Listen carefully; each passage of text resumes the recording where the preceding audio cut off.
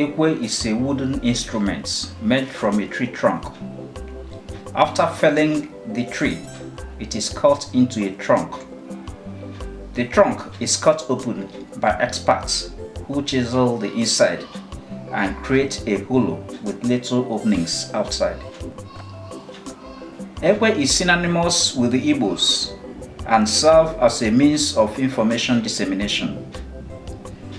Another instrument for dissemination of information by the Igbos is the ogele, that is, the metal gong, which is exclusive to the women, just as the Ekwe is to the men. Ekwe also serves as a musical instrument, same with the ogele in Igbo traditional music. There are three types of Ekwe. The first is the smallest one, which in most cases are used by the youth in most communities. The bearer of the small Ekwe, who serves as the announcer, goes round the village sounding it with the required message attached. Same applies to the ogele by the women. The second Ekwe is bigger than the first one, which is the small one, and is used to disseminate information among the men, known in Igbo land as Amala. This particular Ekwe is permanently kept in the village hall, where it is sounded whenever the need arises. The third is Ikoro. It is called Ikoro for some reasons. First, it is far bigger than the former two. Secondly, it is sounded once in a long while, years and decades as the case may be.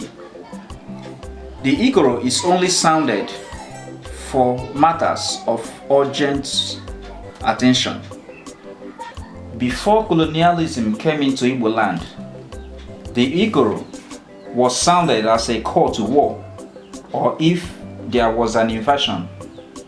It was sounded if the oldest man died. It was also sounded if the traditional ruler passed on.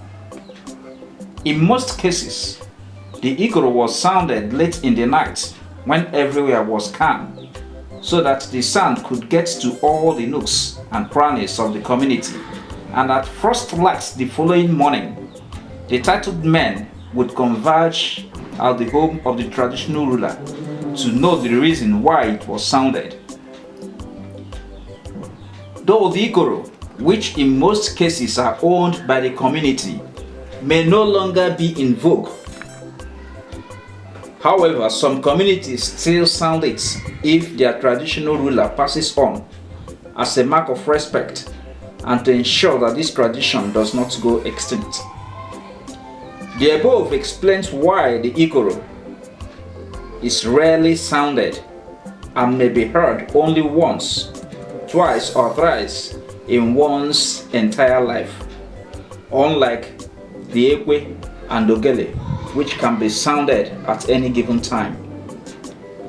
The ogele, the Ekwe and Ikoro have a unique way of sounding them to attract attention, hence the reason why they are regarded as the traditional telephone of the Igbos.